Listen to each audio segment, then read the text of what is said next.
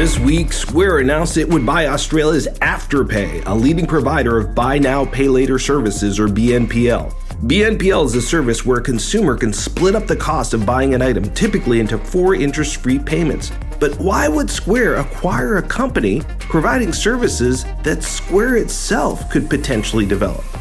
After all, Square has direct relationships with millions of merchants, and through its Cash App, direct relationships with tens of millions of consumers.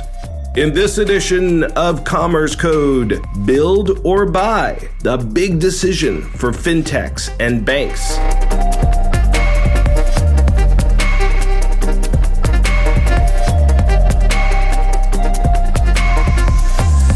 I'm Silvio Tavares here in San Francisco. This is Commerce Code, brought to you by DCA, the Digital Commerce Alliance. It's great to be with you. The pace of innovation has dramatically accelerated in the fintech industry. From the rapid rise and mainstreaming of formerly arcane cryptocurrencies to the most basic aspects of how we make retail purchases, increasingly using buy now and pay later. There are so many new technologies to keep up with for banks, payment companies, and merchants. So in this innovation tsunami, how can these companies keep pace? It's an age-old question for businesses: build versus buy. It's the choice between building technologies in-house or buying them, either by acquiring a smaller company or by buying services from a third party. Increasingly, banks and fintechs are choosing to buy. One current example is Square's decision to buy Afterpay for $29 billion. The reason for this choice is that building new technologies from scratch takes time, and generally, it has a higher risk of failing. So why take all the time and risk when you can pay to get the sure thing? In Square's case, that guaranteed speed and success cost $29 billion. Today on the show, we speak with an innovative company from Southern California called MK Decision. They specialize in helping banks and financial institutions make the right buy decision by providing the most novel technologies for running bank operations. Har Rai Khalsa is the CEO and co-founder who chartered the company with a mission to help community financial institutions thrive digitally by providing a digital platform of products including checking and savings accounts, credit cards, as well as consumer, commercial, small business, and indirect loans, all digitally. Hey, good morning, Har Rai. How are you? Silvio, doing excellent here in San Diego. How are you doing, buddy? I'm doing great. We're seeing banks and payment companies looking at how they can partner with other companies that maybe previously were seen as competitors, and they're partnering instead with those competitors. A good example is Square's recent acquisition of Afterpay, the buy now, pay later company. How does MK do this? How do you leverage partnerships with third-party providers in the fintech industry to deliver the best experiences and the best technologies to community banks and other banks? MK is a platform provider for banking technology, which ultimately means that we are the platform that bankers use to process and underwrite checking accounts, savings accounts, credit cards, and unsecured installment loans. Bringing a platform to market requires partnership. One cannot do it alone. You wouldn't satisfy all of the requirements of the financial institution trying to do it all alone in our space. We ultimately partner and try to joint market the industry with these integration partners. Really interesting. And in many ways, you're a tech platform bringing it all together and making it simple and easy to use for your customers. For community financial institutions, they're going through a really significant transition now, but really the bar has been upped significantly. The game is more challenging. What advice do you have for these community financial institutions as they look to support their customers in a really comprehensive way in this new age of digital, where basically consumers have an expectation that they never have to walk into a branch, that they can do everything online? Yeah, Silvio, I think every financial institution has to be asking themselves that existential question: why me? Why now? And this isn't just a banking technology issue. Every industry in the world is being disrupted right now. For the banking technology industry, your website is not just the face of your financial institution. it's actually your first branch. So what we've really tried to center our differentiation around is being that digital storefront for that financial institution's banking products on both sides of the balance sheet. The other side of it is how fast and how easy is the process. We're seeing that consumer drop off on the first screen of a digital channel is usually the highest. So in terms of the financial institutions who are trying to compete, I would encourage them not to try and compete with the local financial institution on the other corner in the local town.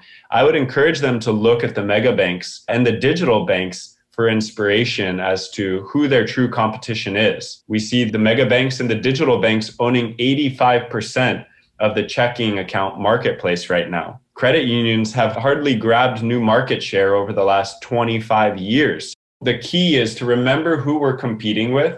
We're competing with the largest financial institutions in the world, and our digital services or digital storefront is where that competition is taking place. And you talked about differentiation for your end customers. I'm sure that's a question that gets asked of your company as well. What makes MK Decision different from other providers in the fintech industry? Because, a lot of the tools you use are industry available tools. It's tools that the community financial institution could plug into directly without using your service. Ultimately, what makes your company different, and why is it that banks and FIs and credit unions use you versus going to somebody else? So as we looked for differentiation in the marketplace, we ultimately found that none of the account opening and loan origination providers were actually working on the financial institution's digital storefront. So we found that if we were building out the website sales funnels to help the consumer browse, shop, compare, and then ultimately apply for different banking products, we could have a major increase to our conversion percentage and pull-through ratios because we were taking the time to cultivate interest and consideration in the consumer's eyes and their shopping experience. Decisioning is really how we started this business 6+ years ago. And decisioning is not enough. We've also gone into the identity verification marketplace and looked for ways that we can access data on the consumer that is not readily available and make decisions that are more relevant to their present circumstances. And using that data beyond just the credit profile and beyond just the Office of Foreign Asset Control checks to actually start getting a larger 360 viewpoint on the consumer. Are they who they say they are? And are they worthy of this financial product? And you've got a really interesting name for the company, MK Decision. Where did that name come from? And how do you guys think about your mission? Ultimately, MK for us is short for make. And our core purpose in the platform is helping bankers, lenders, underwriters, and processors make decisions that they're confident in and bringing confidence to our customers when using this platform that they've verified the identity of the applicant and that they are worthy of this product. That's really the mission behind the platform itself. The mission behind the team at large, which creates a great sense of purpose in building this fintech product, is ultimately strengthening the local economies. And when you've got these financial institutions who generation after generation have invested and toiled in these cities to make sure that the fabric of the financial institution permeates into prosperity for all in that town, we want to help them compete. We want to help them survive in this onslaught of digital transformation. Those financial institutions serve those local communities, and those local communities are the backbone of this nation. One of the things that really every company and every bank is trying to figure out, and they've had to figure out during this pandemic, which is unfortunately resurgent again with the D variant, they've all figured out how do they become a digital bank. If you can't be a digital bank, you're not going to be a bank for very long. But the reality is going digital is expensive, particularly for smaller banks and community financial institutions. They are facing some challenges going digital. What are some of the big things that you see them facing as they try to go digital? I think the first challenge is for the financial institutions to truly understand their requirements and take a needs-based approach to vendor selection. Going forward, though, Silvio, there's really a lot of providers coming into the space simply because this market, not only was it untouched by COVID, it was dramatically accelerated from determining your needs as a financial institution to going through your demos and discovery calls with different fintech providers, we ultimately suggest that you have a vendor scorecard. And that vendor scorecard, Silvio, could be covering a variety of topics from feature functionality all the way to some of the cultural alignment that the financial institution could have with the vendor of choice. So between determining your requirements as a financial institution and then building out your scorecard for how you're actually going to rate the vendor, those are two tidbits that I think often aren't actually deployed.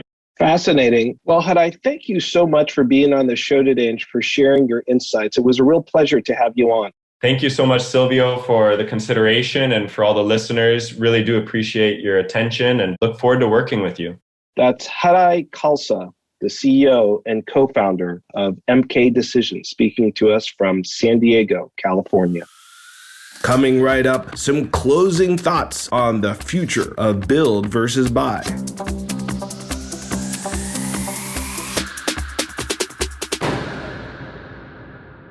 On the show today, we've spoken mostly about the advantages of buying new technology. But the reality is that there are many advantages to building things in-house too. These include more control of the technology and also competitive barriers to entry. However, in a world that is becoming increasingly complex, even the largest companies like Square are choosing to buy rather than build. And that same logic of buying to decrease time to market and decrease operational risk is also driving smaller banks and merchants to buy instead of building. Will this continue? In one word, yes. Chase and Bank of America, the two biggest banks in the US, together had nearly $1 trillion in unused corporate credit at the end of June. That's up 20% from a year ago and a quarterly record at both banks. All those credit lines will be used by companies across the world to buy. You heard it here first. More M&A and more technology spending coming soon.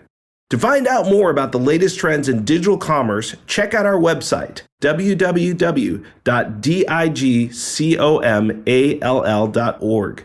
That's www.digcomall.org.